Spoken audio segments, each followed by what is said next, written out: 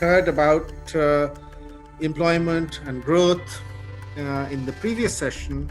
Now we are getting into a more sectoral and group-specific focus.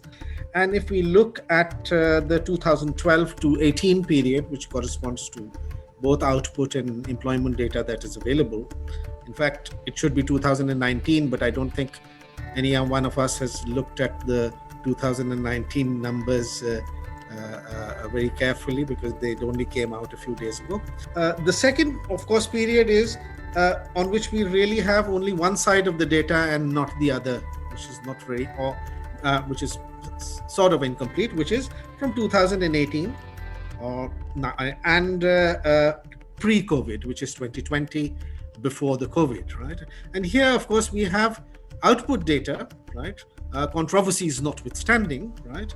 And we don't really have systematic employment data. And then the third is, of course, of the lockdown period itself. And we have heard that, growth came crashing down, and the range of employment being affected goes from 120 million of Mahesh's number to 300 million of by Amit Azim Premji University number, and so on, right? So that range is very wide. There is a huge number, whatever it is, and the growth has actually come down crashing. I think in some ways there's going to be some kind of a reconstruction based on these three periodizations in some way or the other, I'm sure, which is we are going to hear about agriculture, about industry, about gender and caste, labor migration, on which Ravi has done a lot of work, and there was a launching of his book as well, just now, his report. And of course, we have the informal economy. So this is a large canvas indeed. My core message is going to be that we've seen even in the earlier presentations that in a way, I think we're all quite optimistic, and we keep thinking that agriculture is going to lead us out of this economic seizure. And I'm going to sort of suggest that things are not the agriculture sector is not doing as well as we would imagine that it is. So if you look at the produce moving from farm to the consumer, you had problems at every link. So many farmers had problems accessing their own farms. Availability of labor and machinery was a problem. Many have documented that mandi closures were quite, even though intermittent, on a large scale, mandis were closed, and they also became hotspots for the virus. And so they used to shut and open depending on the situation. Village traders had stopped coming. They were reluctant to procure, and they were only offering very low prices. Transport challenges were very severe, and truckers and loaders could not only face difficulties crossing state borders and entering big cities, but they were also afraid for themselves. And highways had basically cleared out of food stops, so they couldn't actually survive. And costs had doubled. So this labor supply shortage was a problem right through, because many migrant workers had gone home. Warehouses, cold storages, agro-processors were all operating way below capacity, and plantation crops and animal sector were particularly badly hit. And we know from the NSS data that 32% of an agricultural household's income comes from wages. And so they have experienced loss of work as well, and food insecurity seems quite high. In terms of the bigger and more major policy response, my feeling is that the government has been focusing disproportionately on reform rather than relief. Coming specifically to industrial sector, industrial growth rate by index of industrial production in 2018-19 was 3.8%, fell to 0.7% in 1920. This is the full year data. For the more recent period, for March 2020, index of industrial production, the growth rate fell to minus 16.7%, compared to 2.7%, that is positive 2.7% in the previous year in the same month. So one can see that how sharply it has fallen. I think it is quite in line with what many of us would have been expecting. And going back a little earlier, comparing the EUS and the PLFS data on manufacturing employment, we know that there has been a slowdown of the economy for much of the last decade. Between 2011-12 and 17-18, manufacturing sector lost 2.7 million jobs, and construction gained about 4 million jobs. As we all would know, the things would have been far worse after 17-18. That's the expectation, but we have no hard numbers yet. Factory production and urban construction is likely to be severely hit. That's something which one can reasonably expect, because the lockdown has not affected rural construction and agricultural production, but factory production, which is mostly urban, and urban construction has been severely hit. So correspondingly, one can anticipate how much unemployment it would have generated and output losses. Manufactured consumer goods would have been hit most due to the lockdown and supply dislocations. I think that's very important. Most of the policy has been easing liquidity, but the problem is one of income and cash support. There's been a lot of talk about MSME, a lot of reforms in MSME, which is welcome.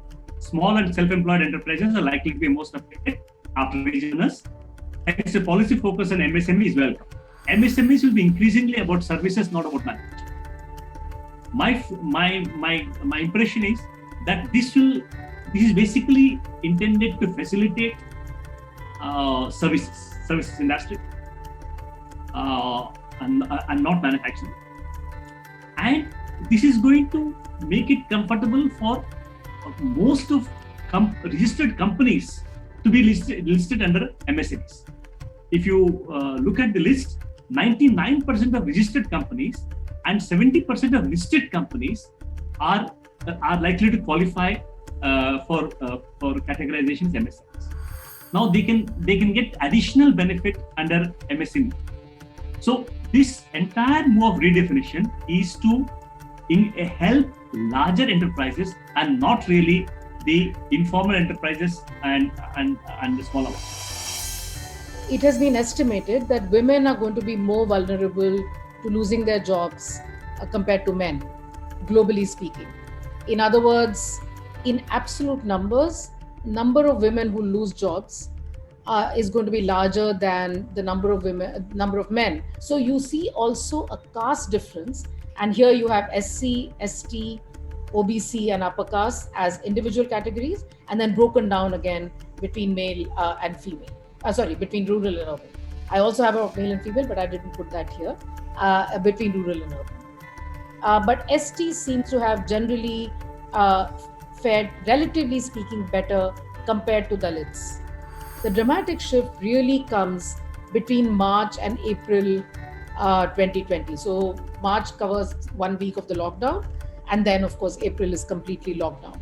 The reason that this is important to remember is that it's not the case that lockdown happened to coincide with a seasonal pattern during which employment typically goes down. So we don't see that, March to April shift in other years, at other times.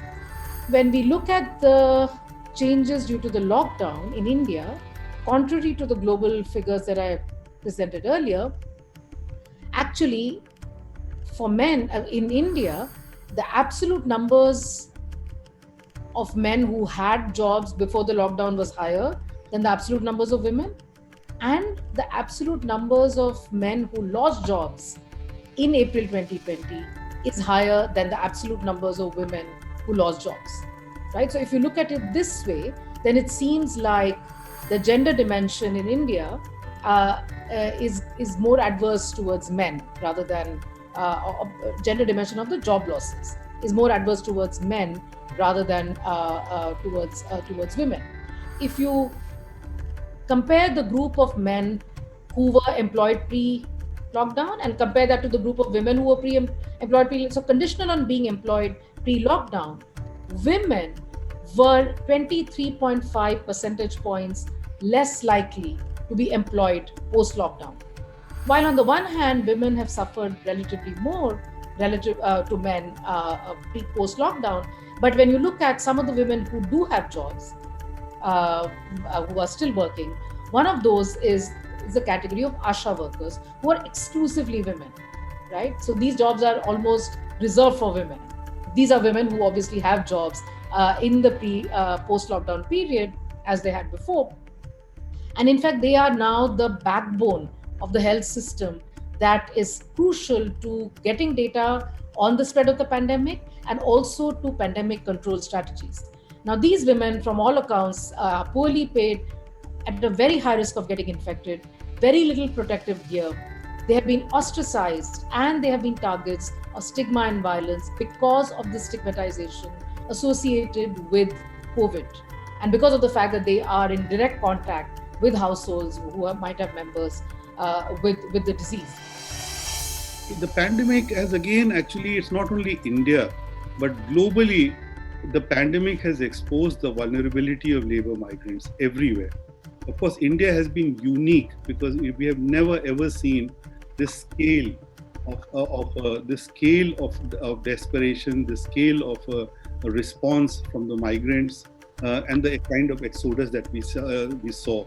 But in India, it has specifically exposed the fault lines in the labor market, particularly the increasing precariousness and other aspects which I will talk about, and also the social aspects. We now know that we live in a society where migrants face discrimination and lack of citizenship rights. And I've only focused on two levels of estimates. One are interstate migrants, and the other is the interstate migrants. And these are, again, all people I call vulnerable migrants. So basically, occupational categories 5 to 9 and short-term circular migrants. And I've given you the estimates here from 2011 and 2018. All interstate vulnerable circular migrants, I estimated to be around 52 million in 2018. And if you look at interstate, only urban migrants, the majority of these migrants, 80% or more were actually urban migrants, 43 million. Out of these, in this table, you can see the proportion of the long-term circular migrants and the short-term circular migrants. And you can see that actually when it comes to interstate migrants, actually the short-term circular migrants dominate the long-term circular migrants. We estimate is that about 60% of circular migrants are back in their home states. Only about 10% of them actually use official transport. And even most of these people had to pay for them. So there is now, of course, a serious case. Apart from short-time requirements to boost employment, income, and food support, there is an urgent call for now regionally balanced growth. And finally, the whole question of social discrimination. It has really been thrown in our face in so many ways, in the whole treatment of discrimination of the migrants, the whole migrant issue, how they, not only, as I have said time and again, are they forced to do the most dirty, dangerous, and difficult work because of labor market segmentation, but the treatment that has been meted out to them. Even as they were being harassed, persecuted, beaten up, there were a section of the privileged people who started a Me Too a Migrant movement on WhatsApp. This thing called Me Too a Migrant. So deriding the migrants who are suffering and who are desperate. I think discrimination is a fundamental edifice of our labor market, and this is an issue we have to address as economists, as social scientists, as policymakers and policy advisors. In reality, if you want to get down to policy, you really need to deep dive into a micro context to see who, what, where, why, how, and so on in a very disaggregated fashion. And then only you will be able to reach any benefit to the concerned groups of workers and enterprises. What I found interesting was this survey which has been done by the All India Manufacturers Association with 9 other industry associations. It's been reported for respondents for the period May 24th to 30th.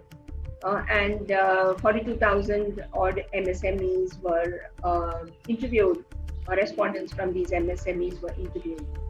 And there are a lot of details with regard to the results, but the broader results were that approximately 32% units said that they were unlikely to recover after this latest shock.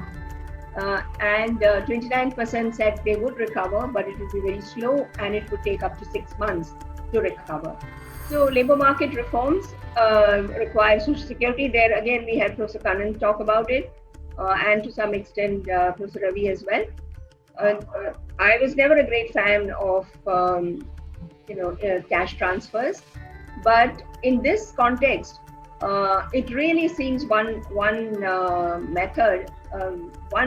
If it was there, a basic income provision, if it was there and it could be there now as well, then it would help to cover different kinds of macroeconomic shocks.